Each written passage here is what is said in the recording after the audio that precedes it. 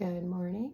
We are on day 2 of our chronological reading, and we're using the Chronological Study Bible, the New King James Version. Happy second day of 2026. Let's go ahead and go into prayer.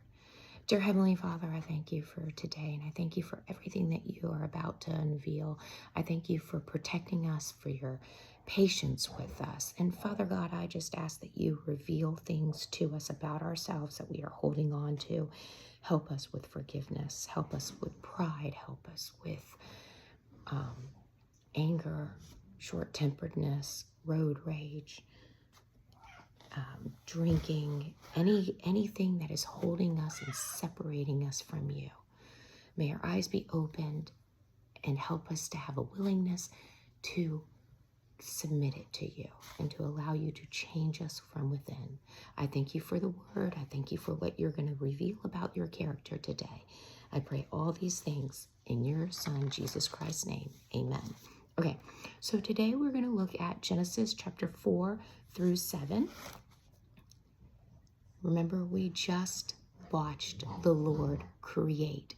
And what we gathered from him yesterday is that he is a God of separation and a God of creation and a God of relationship. Because remember, he created the world. He separated things according to each specific thing that they were. And he also had a relationship with Adam and Eve. He also is a God of mercy and forgiveness. Remember, when Adam and Eve ate the fruit of the tree of good and evil, he forgave them and covered them in a skin cloth, which was the first sacrifice. So they covered him in a skin cloth, and then he said, you still have consequences for your misbehavior, for your deliberate disobedience. You will be removed from the garden. So he's also a God of consequences. All right, so we are starting in chapter 4, so Genesis 4, and that is on page 7. Now Adam knew Eve, his wife, and she conceived and bore Cain, and said, I have acquired a man from the Lord. Then she bore again, this time his brother Abel. Now Abel was a keeper of sheep, but Cain was a tiller of the ground. And in the process of time it came to pass that Cain brought an offering from the fruit of the ground to the Lord. Abel also brought the firstborn of the flock and of the fat. And the Lord respected Abel and his offering, but he did not respect Cain and his offering. And Cain was very angry, and his countenance fell. So here we see Adam and Eve's first children, Cain and Abel. Cain is a farmer. Abel is a shepherd. Cain brings fruit to the Lord as a sacrifice. But what fruit was it? It was the fruit that had fallen off the ground, off of the tree. It was a fruit that had been discarded. Doesn't seem like Cain paid attention. He just was probably walking, grabbed whatever fell off of the ground to give to the Lord. But Abel brought the firstborn. Pay attention, the firstborn. And he brought their fat and gave it to the Lord, to Yahweh, as a sacrifice. Jesus is going to be the firstborn out of the flock to be the sacrifice. He is the firstborn. Jesus Christ will be the firstborn of Yahweh, and he will become our sacrifice. So God says, I don't like Cain's, I like Abel's. It does not tell us why God chose Abel's over Cain's, but we do know that it seems like Abel spent more time on it than Cain did. He put more thought into what he was giving the Lord. Verse 6. So the Lord said to Cain, why are you angry? And why has your countenance fallen? If you do well, will you not be accepted? And if you do not do well, sin lies at your door, and its desire is for you, but you should rule over it.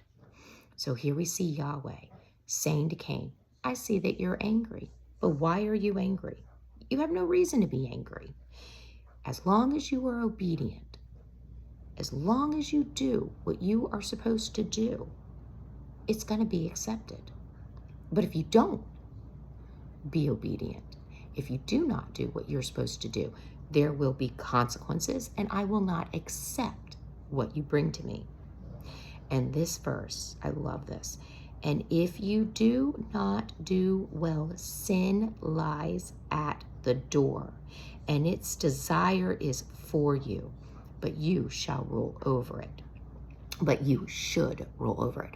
So now Yahweh is telling Cain and us, be obedient, no harm will come, and I will accept whatever you bring. But if you are disobedient, then you're opening the door for sin. And sin is going to come in, and sin can overtake you. But you can overcome it. But it's a choice. The obedience and overtaking sin is your choice. Continuing on with verse 8. Now Cain talked with Abel his brother, and it came to pass, when they were in the field, that Cain rose up against Abel his brother and killed him. Then the Lord said to Cain, where is Abel your brother? He said, I don't know. Am I my brother's keeper? And he said, the Lord said, what have you done? The voice of your brother's blood cries out to me from the ground. So now you are cursed from the earth, which has opened its mouth to receive your brother's blood from your hand. When you till the ground, it shall no longer yield its strength to you. A fugitive and a vagabond you shall be on the earth. And Cain said to the Lord, my punishment is greater than I can bear. Surely you have driven me out this day from the face of the ground. I shall be hidden from your face. I shall be a fugitive and a vagabond on the earth, and it will happen that anyone who finds me will kill me. And the Lord said to him, therefore, whoever kills Cain, vengeance shall be taken on him sevenfold. And the Lord set a mark on Cain, lest anyone finding him should kill him. Now, the Lord should have probably killed Cain, but he didn't. Instead, he showed mercy, and he said, I'm going to cast you out. You are no longer to have any relationship with your parents or with this tribe. We learn from here that the world is populated. There's areas that are populated, and we know this because Cain is saying, but people will see this mark and they're going to kill me. There's that controversy of, well, how has the world been populated if Cain and Abel are their children, but that's why there's the controversy between Genesis 1 and Genesis 2. Was the world created, and then the Lord took Adam out of that creation and brought him into the world as his chosen one? Or did it start in the garden, and then when they were cast out, the population grew, and then it did? So it's a controversial thing. Different scholars believe different things. Neither one is right or wrong. It's just different ways of thought processes. But we see that the Lord Yahweh, his character is one of protecting, one of fairness, one of second chances, because he's giving Cain a second chance to go out into the world and to do better. But Cain didn't have to kill his brother Abel. He chose to do it. Okay, continuing on with verse 16. Then Cain went out from the presence of the Lord and dwelt in the land of Nod on the east of Eden. And Cain knew his wife, and she conceived and bore Enoch. And he built a city and called the name of the city after the name of his son, Enoch. To Enoch was born Irad, and Irad begot Majah, and Majah begot Methuselah, and Methuselah begot Lamech. Then Lamech took for himself 2 wives. The name of one was Adaha, and the name of the second was Zillah. And Adaha bore Jabal. He was the father of those who dwell in the tents and have livestock. His brother's name was Jabal. He was the father of all those who play the harp and the flute. And as for Zillah, she also bore Tubal-Cain, an instructor of every craftsman in the bronze and iron. And the sister of Tubal-Cain was Naamah. Then Lamech said to his wife, Adaha and Zillah, hear my voice. Wives of Lamech, listen to my speech. For I have killed a man for wounding me, even a young man for hurting me. If Cain should be avenged 7-fold, then Lamech 77-fold. We see in those short verses that Cain's genealogy, Cain's line, is not one of kindness, but of evil and anger and murder. Because Cain had all these people. Now, this Enoch is not the Enoch that we're going to learn about later. This is Cain's Enoch, Cain's grandson. And all the way down, we get to his great-great-great-grandson. And he says to his wives, so he has multiple wives, not one, that he killed somebody. I have killed a man for wounding me. I killed him. He wounded me. Who knows if it was a physical wound, an emotional wound, wronged him, whatever. But he killed him. He murdered him. If Cain shall be avenged 7-fold, then Lamech 77-fold. He is evil. He is not kind. He is very hateful. And now, I just caught this for the first time. Remember Jesus? Well, some of you might not know. But when we get to the New Testament, there's a point where the disciples ask Jesus, how many times am I supposed to forgive him for hurting me? And Jesus says, 7 times 70. Lamech says that I should be punished. I should be avenged 77-fold.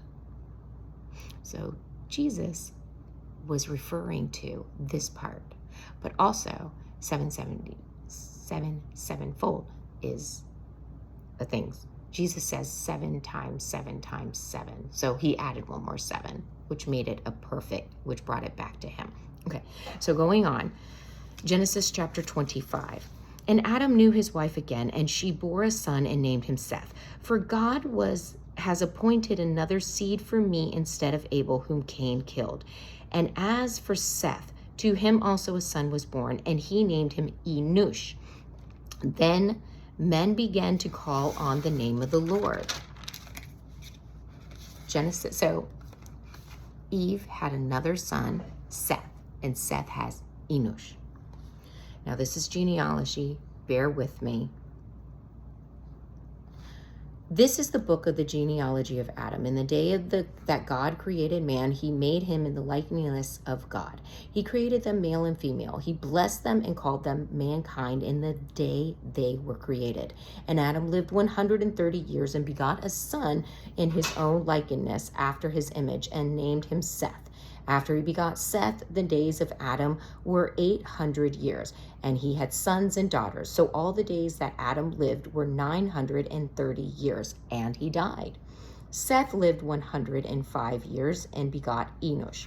After he begot Enosh, Seth lived 807 years, and had sons and daughters. So all the days of Seth were 912 years, and he died. Enosh lived 90 years and begot Cainan. After he begot Cainan, Enosh lived 815 years and had sons and daughters. So all the days of Enosh were 905, and he died. Cananan lived 70 years and begot Mahaliah. After he begot Mahaliah, Canaan lived 840 years and had sons and daughters. So all the days of Canaan were 910 years. He died. Mahaliah lived 65 years and begot Jared. After he begot Jared, Mahaliah lived 830 years and had sons and daughters. So all the days of Mahaliah were 895 years, and he died. Jared lived 162 years and begot Enoch. This is Seth's genealogy of Enoch, different than the first one that we just read about. Jared lived 162 years and begot Enoch. After he begot Enoch, Jared lived 800 years and had sons and daughters. So all the days of Jared were 962 years, and he died. Enoch lived 65 years and begot Methuselah. After he begot Methuselah, Enoch walked with God 300 years and had sons and daughters. So all the days of Enoch were 365 years. And Enoch walked with God, and he was not, for God took him. Enoch is born. He has his first child at 65 years. And then he goes and he walks for 300 years with the Lord. So the first 65 years, he was, God's presence was there probably, but for the last 300 years of his life, he walked with Yahweh. And then he was not. Yahweh just took him with him. Before, Moses is very clear. They lived this long and then they died. They lived and they died. Enoch lived this long, had a child. He probably had more children. But at 65, something changed. And the Lord saw him and they walked together. And then the Lord took him. He did not die. Verse 25. Methuselah lived 187 years and begot Lamech. After he begot Lamech, Methuselah lived 782 years and had sons and daughters. Different Lamech than Cain's. So this is Seth's line. So all the days of Methuselah were 969 years and he died. Lamech, from Seth's line, lived 182 years and had a son, and he called his name Noah, saying, "This one will comfort us concerning our work and the toil of our hands, because of the ground which the Lord has cursed." After he begot Noah, Lamech lived 595 years and had sons and daughters. So all the days of Lamech were 777 years, and he had died. And Noah was 500 years old and begot Shem, Ham, and Japheth. 777 years. And you remember Lamech from Cain's line said that he should be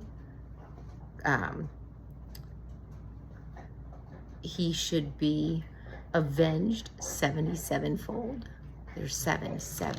You see that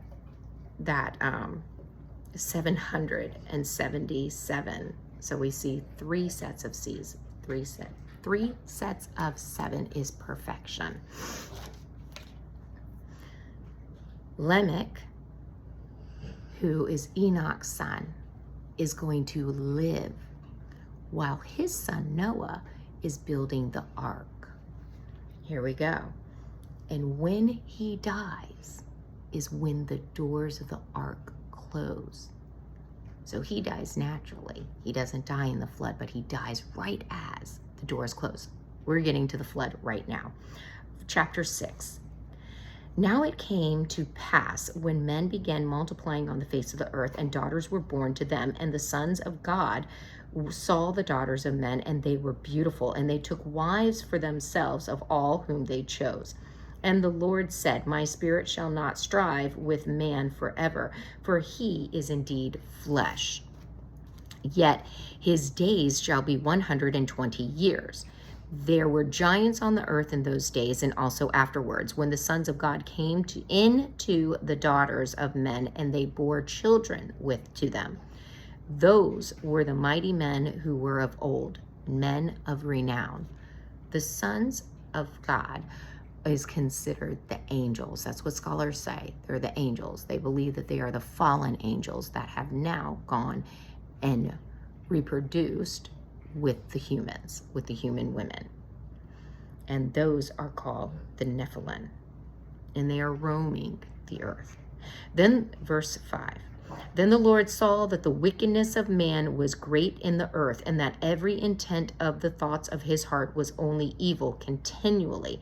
And the Lord was sorry that he had made man on the earth, and he was grieved in his heart. So the Lord said, I will destroy man whom I have created from the face of the earth, both men and beast, creeping thing and birds of the air, for I am sorry that I have made them. But Noah found grace in the eyes of the Lord. I want to go back real quickly, because it says that in chapter 6, verse 3, my spirit shall not strive with man forever, for he is indeed flesh. So the Lord is saying, I know that there's going to be issues. I can't be with them. I can't be here with them the way that I wanted to, because they live in their flesh. These desires that they have are not holy, and I cannot be among them. And then it says, yet his days shall be 120 years. That does not mean that the Lord is saying you can live for 120 years. He's saying in 120 years from now, I'm going to destroy the earth. You have grieved me. Take note, because it says in verse 5, then the Lord saw the wickedness of man was great in the earth, and that every intent of the thoughts of his heart was only evil continually. The men and women, humans that are roaming the earth right now have not one good, holy thought. It is continually evil. And Yahweh says, I cannot have this. But he finds comfort and grace in Noah. So, verse 9, this is the genealogy of Noah. Noah was just a man, perfect in his generations. Noah walked with God, and Noah begot 3 sons, Shem, Ham, and Japheth. The earth was also corrupt before God, and the earth was filled with violence. So God looked upon the earth, and indeed it was corrupt, for all flesh had corrupted their way on earth. And God said to Noah, the end of all flesh has come before me, for the earth is filled with violence through them, and behold, I will destroy them with the earth. Make yourself an ark of gopher wood. Make rooms in the ark, and cover it inside and outside with pitch. And this is how you shall make it. The length of the ark shall be 300 cubits, its width 50 cubits, and its height 30 cubits. You shall make a window for the ark, and you shall finish it to a cubit from above, and set the door of the ark in its sides. You shall make it with lower, second, and third decks. And behold, I myself am bringing floodwaters on the earth to destroy from under heaven all flesh, in which is the breath of life. Everything that is on the earth shall die. But I will establish my covenant with you, and you shall go into the ark, you, your sons, your wife, and your sons' wives with you.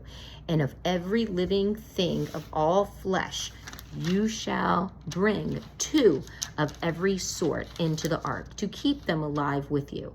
They shall be male and female, of the birds after their kind, of animals after their kind, and of every creeping thing of the earth after its kind. 2 of every kind will come to you to keep them alive. And you shall take for yourself of all the food that is eaten, and you shall gather it to yourself, and it shall be food for you and for them. Thus Noah did according to all that God commanded him. So he did. chapter 7. Then the Lord said to Noah, "Come into the ark, you and all your household, because I have seen that you are righteous before me in this generation. You shall take with you 7 of each clean animal, a male and a female, 2 of each animal that are unclean, a male and his female, also 7 of each birds of the air, male and female, to keep the species alive on the face of the earth. For after 7 more days I will cause it to rain on the earth 40 days and 40 nights, and I will destroy from the face of the earth all the living things that I have made." And Noah did according to the Lord's commanded him. Noah was 600 years old when the flood waters were on the earth. Now, when the Lord came to Noah, he was 500 years old. 100 years it took Noah to build this ark.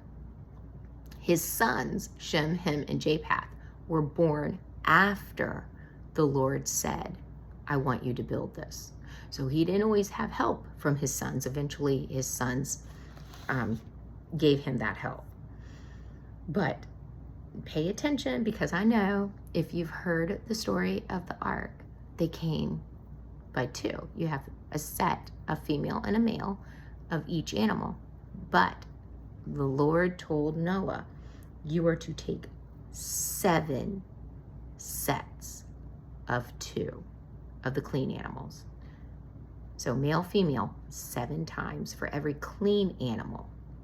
And for every unclean animal, you just take male and female.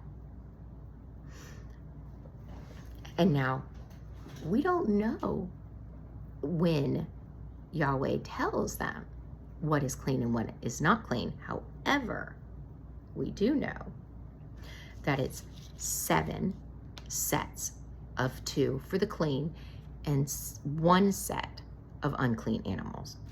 But here's the kicker, continuing on, verse 7. So Noah with his sons, his wife, and his sons' wives went into the ark because of the waters of the flood. Of clean animals, of animals that are unclean, of birds, and of everything that creeps on the earth, 2 by 2, they went into the ark to Noah, male and female, as God had commanded Noah. And it came to pass after 7 days that the waters of the flood were on the earth. In the 600th year of Noah's life, in the 2nd month, the 17th day of the month, on that day all the fountains of the great deep were broken up, and the windows of the heaven were opened, and the rain was on the earth 40 days and 40 nights. On the very same day, Noah and Noah's sons, Shem, Ham, and Japheth, and Noah's wife and the 3 wives of his sons were with them, entered the ark. They and every beast after its kind, all cattle after their kind, every creeping thing that creeps on the earth after its kind, and every bird after its kind. Every bird of every sort. And they went into the ark of Noah, 2 by 2, of all flesh, in which is the breath of life. So thus that entered, male and female of all flesh, went in as God commanded him, and the Lord shut him in. It doesn't say that Noah went out and gathered them. The animals came to the ark. So he didn't have to say, you're clean and unclean. The Lord Yahweh brought the animals to him. The 7 sets of 2 that were clean, and the 1 set that was unclean, male and female both. And then the Lord shut them in.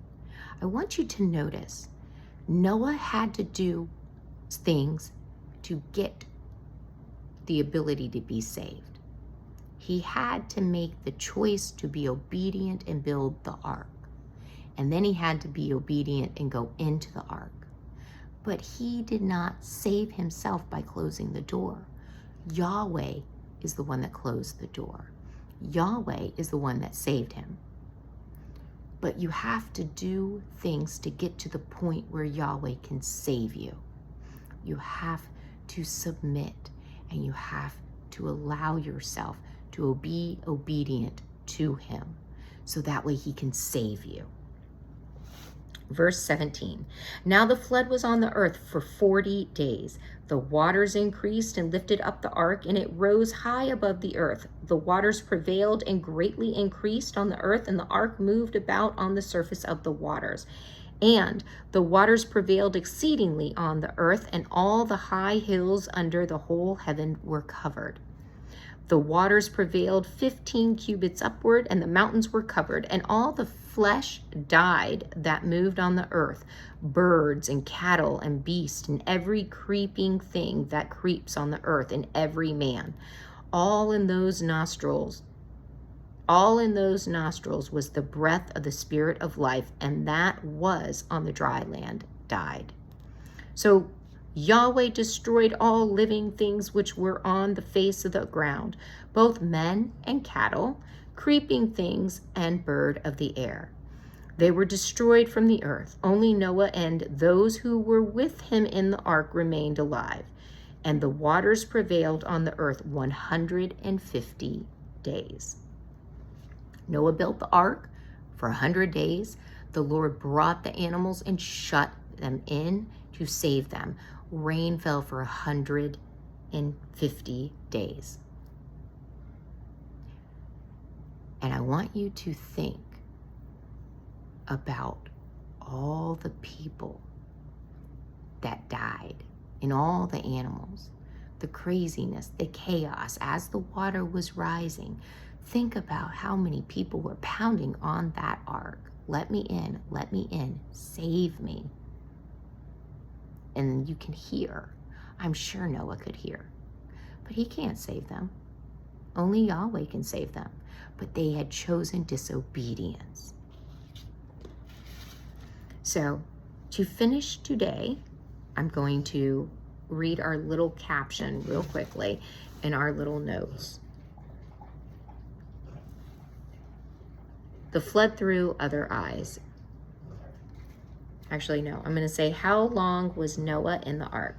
The narrator of the flood tradition offers several dates, indicating that certain events took place. The time frame of these days cited by year, month, and day based on Noah's age has Noah, his family, and the animals confined in the ark for more than a year, 371 days. And Genesis 7:11 through 8:19 are 5 dates. The first instance at 7:11 marks when the rain began. 5 months later, the ark rested on Ararat, 8:4. 2.5 months later, the mountains were seen, chapter 8, verse 5.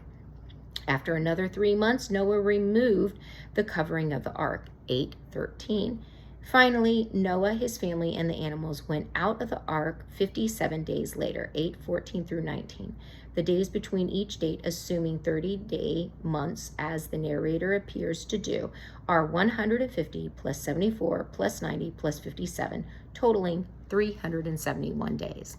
So, as we will read tomorrow, the Noah coming out of the ark. But he has been in that ark for 371 days. It took him 100 years to build the ark. Lamech was 121 years after the birth of Noah, I believe it was. And then he died. He died with the flood. Okay, you guys have a great one. Happy New Year, and I'll see you tomorrow where we will read probably 8, 9, and possibly 10. Love you. God bless.